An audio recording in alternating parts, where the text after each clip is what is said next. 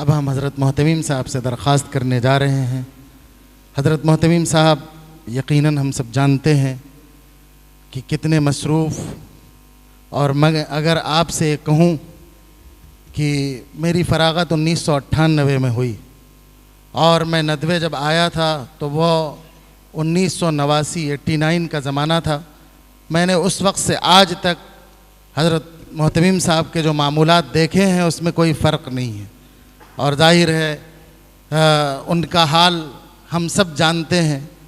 کتنا کام، کتنی مصروفیت، اپنے چھوٹوں پر نوازش،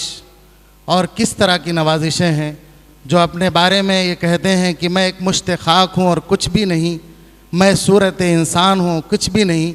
لیکن ان کے شاگرد جب ان کی خدمت میں اپنی عقیدت کیشیاں پیش کرتے ہیں تو یہ کہتے ہیں زباں اس کی قلم اس کا فروزاں، تو بول اس کے دلوں کی روشنی ہے، جہان علم کی روشن نگاہیں اسے اچھی طرح پہچانتی ہیں، اسی کو زیب ہے مسند نشینی، اسی کو زیب ہے مسند نشینی، جو بزم علم و دانش کی سجی ہیں، قلم مجھ کو عبادت کا ذریعہ، قلم مجھ کو عبادت کا ذریعہ، مگر قبلہ سعید العظمی ہے، نوازش سے بھرے جاتے ہیں دامن، نوازش سے بھرے جاتے ہیں دامن، ثبوت اس کا رئیس الشاکری ہیں۔ مولانا کے حضرت والا کے شاگردوں کا ایک سلسلہ ہے، اور حضرت والا کی صلاحیتوں کی، ان کے اب وقت کی اور وقت کی قدردانی کی خاک بھی ہم چھوٹوں کو اور شاگردوں کو نصیب ہو جائے تو ہم سب بھی کارآمد بن سکتے ہیں۔ ہم حضرت والا سے درخواست کرتے ہیں کہ اپنی قیمتی نصیحتوں سے ہم سب کو مالا مال فرمائیں، تاکہ آپ کی نصیحتیں اپنے سینوں میں بسا کر ہم کسی لائق بن سکیں، اور پھر لوگوں کو قرآن کا پیغام سنا سکیں اور کچھ ہم کام کر سکیں۔ حضرت والا کا بیان ہوگا انشاءاللہ، اس کے بعد حضرت والا کے ہاتھوں انعامات کی تقسیم ہوگی، اور پھر یہ جلسہ اختتام کو پہنچے گا۔ بسم اللہ الرحمن الرحیم، الحمدللہ رب العالمین، والصلاة والسلام علی سید الانبیاء و امام المرسلین والمتقین،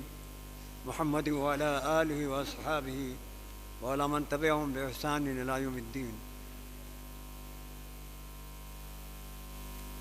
میرے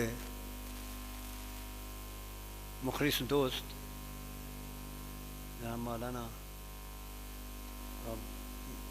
اس میں گرامی کیا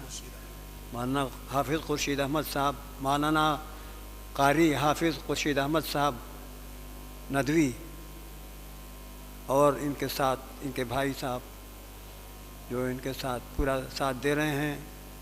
اس اجتماع کے منعقد کرنے میں اور اس کے انتظامات کے اندر، اور اساتذہ کرام جو حضرات اس جلسے کے حکم تھے، ان سب حضرات کو میری طرف سے مبارکباد ہے، اس لیے کہ یہ اجتماع اور دوسری اجتماعوں کی طرح نہیں ہے، بلکہ یہ قرآن کریم سے متعلق ہے۔ قرآن کریم اللہ تعالیٰ کی وہ کتاب ہے جس میں انسان، زندگی اور کائنات کے تمام احکامات موجود ہیں، اور اگر یہ کتاب نہ ہوتی تو انسان کو اس دنیا کے اندر زندگی گزارنے کا سلیقہ نہ ہوتا، اور وہ افضل الخلق نہیں سمجھا جاتا، بلکہ وہ بھی دنیا کے اندر جو مخلوقات اور ہیں انسانوں کے علاوہ ان میں اس کا بھی شمار ہو جاتا، لیکن صرف قرآن کریم کی وجہ سے اللہ تعالیٰ نے ہم کو یہ افضلیت اور عزت عطا فرمائی ہے کہ ہم کو افضل الخلق قرار دیا ہے، اور اس افضل الخلق کے لیے قرآن کریم کو نازل فرمایا، اور اس کے اندر جتنی زندگی کے لیے جن چیزوں کی ضرورت ہے، کائنات کے لیے جن چیزوں کی ضرورت ہے، اور انسانی زندگی کے لیے جن چیزوں کی ضرورت ہے، چاہے اجتماعی ہو یا انفرادی، ہر تمام چیزوں کا اس کے اندر حل اور اس کا جواب اور اس کی ساری تدبیریں اور اس کے جتنے مسائل ہوتے ہیں ان مسائل کے جوابات اور حل سے موجود ہیں۔ اس لیے قرآن کریم کے موضوع کے پر کوئی بھی جلسہ ہو تو وہ بہت ہی قابل قدر ہے، اور جو لوگ اس جلسے کرنے والے ہیں وہ بھی قابل صد اکرام، قابل عزت قابل اتباع، اور قرآن کریم ہی کی وجہ سے ہمیں اللہ تعالیٰ نے یہ امتیاز عطا کیا ہے، اہل اسلام کو، مسلمانوں کو یہ امتیاز عطا کیا ہے کہ وہ اللہ تعالیٰ کی اطاعت کا ایک نمونہ پیش کرتے ہیں نماز کے ذریعے۔ مسجد میں حاضر ہو کر جماعت سے نماز پڑھنے اور نماز ادا کرنے کے لیے 5 وقتہ نمازوں کے ادا کرنے کا طریقہ اور اسی کی برکت ہے کہ ہم اس محبت کو اور قرآن کریم کے ساتھ ہمارا جو ایمان و یقین ہے، اس ایمان و یقین کو اللہ تعالیٰ کے سامنے عملی طور پر پیش کرنے کے لیے اللہ تعالیٰ نے ہمارے لیے 5 وقتوں میں نماز فرض کی ہے۔ امام ابن قیم جو حضرت ابن تیمیہ کے شاگرد خاص ہیں، انہوں نے لکھا ہے کہ نماز چھوڑنے والا سب سے بڑا گناہ کبیرہ کا مرتکب ہے۔ اکبر الکبائر، سب سے بڑا شرک، اکبر الکبائر تو سب سے بڑی، اکبر الکبائر تو شرک ہے کہ اللہ تعالیٰ کے ساتھ کسی کو شریک کیا جائے، لیکن اس کے بعد جو سب سے بڑا گناہ ہے، سب سے بڑا گناہ اکبر الکبائر، وہ نماز چھوڑنا ہے۔ نماز چھوڑنا اور نماز کے اندر غفلت برتنا، نماز کے حاضری میں سستی برتنا، یہ سب سے بڑا گناہ ہے۔ کہتے ہیں دنیا میں جتنے گناہ ہو سکتے ہیں، قتل، زنا، چوری، بدماشی، ڈاکہ گیری اور جو کچھ بھی ہو سکتا ہے، ان سب سے بڑھ کر کے نماز چھوڑنا گناہ ہے۔ ان تمام چیزوں سے آپ سوچیے کہ جو ہم اگر نماز نہ پڑھیں تو ہماری کیا حیثیت ہے؟ ہم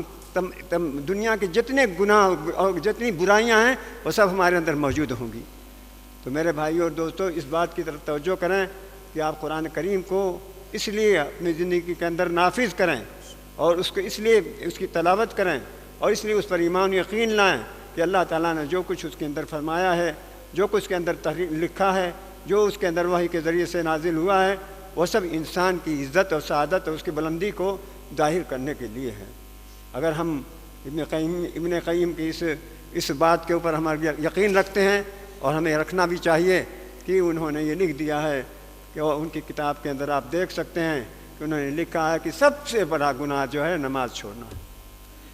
آپ سوچئے کہ ہماری آپ کی نمازیں چھوٹتی ہیں یا نہیں چھوٹتی ہیں؟ ہماری آپ کی نمازوں میں غفلت ہوتی یا نہیں ہوتی ہے؟ ہم کتنے نماز کے پابند ہیں، کس قدر ہم اس کے اہتمام کرتے ہیں، ہم اس کے لیے کتنی مشقت برداشت کرتے ہیں، ہم اس کے لیے کتنا وقت دیتے ہیں۔ ان تمام چیزوں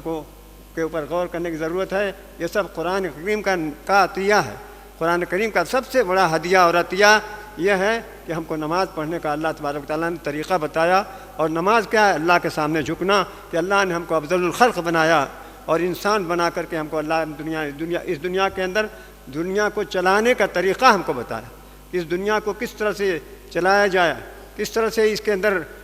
اس کا نظام کس طرح قائم کیا جائے اور اس کا نظام کس طرح باقی رکھا جائے، تاکہ وہ اس سے انسانوں کی زندگیاں زیادہ سے زیادہ بہتر سے بہتر اور باسعادت ہو سکیں۔ میرے بھائیوں اور دوستوں، میں اس جلسے کا سب سے بڑا انعام یہی سمجھتا ہوں اللہ تعالیٰ کا عطیہ کہ اس میں قرآن کریم کی تلاوت ہوئی اور ہم نے قرآن کریم پڑھ کر کے ہم نے اپنے اندر اپنے کو انعام کا مستحق قرار دیا، انعام کا حقدار قرار دیا، مستحق نہ کہوں ورنہ حقدار قرار دیا۔ اور یہ سب سے بڑی نعمت ہے۔ جو لوگ اس میں دین کو انعام کا پیغام ملا ہے ان کو میں مبارکباد دیتا ہوں، اور میں پھر آپ سے کہوں گا کہ قرآن کریم کی حفاظت اور اس کی تلاوت کرنا ہم سب کا بہت بڑا سب سے بڑا فریضہ ہے۔ قرآن کریم کو روزانہ پڑھنا اور پڑھانا اور اس کی تلاوت سے اپنی زندگی کو سنوارنا اور بنانا، اس سے بڑا کوئی کام نہیں ہے۔ ہم یہ سارے مدارس اسی لیے قائم ہیں، جتنی تعلیم گاہیں اور تربیت گاہیں ہیں، ان سب کا مقصد یہ ہے کہ قرآن کریم کو پڑھنے، اس کو سمجھنے اور اس کو عمل کرنے، اس میں اللہ تعالیٰ نے جو اپنے جو احکام نازل فرمائے ہیں، ان تمام چیزوں کو سمجھنے کا موقع ہم کو ملے اور اس کے ذریعے سے ہماری زندگیاں باسعادت، باعزت، بلند ہوں اور ہم افضل الخلق قرار دیے جائیں۔ اس لیے میں آپ سب کو مبارکباد دیتا ہوں، خاص طور سے ان لوگوں کو جن کو کوئی انعام ملا ہے، اور میں جس کو سب سے پہلا انعام ملا ہے اس کو بھی میں اپنی طرف سے 1000 روپے دوں گا۔ وآخر دعوانا الحمدللہ رب العالمین۔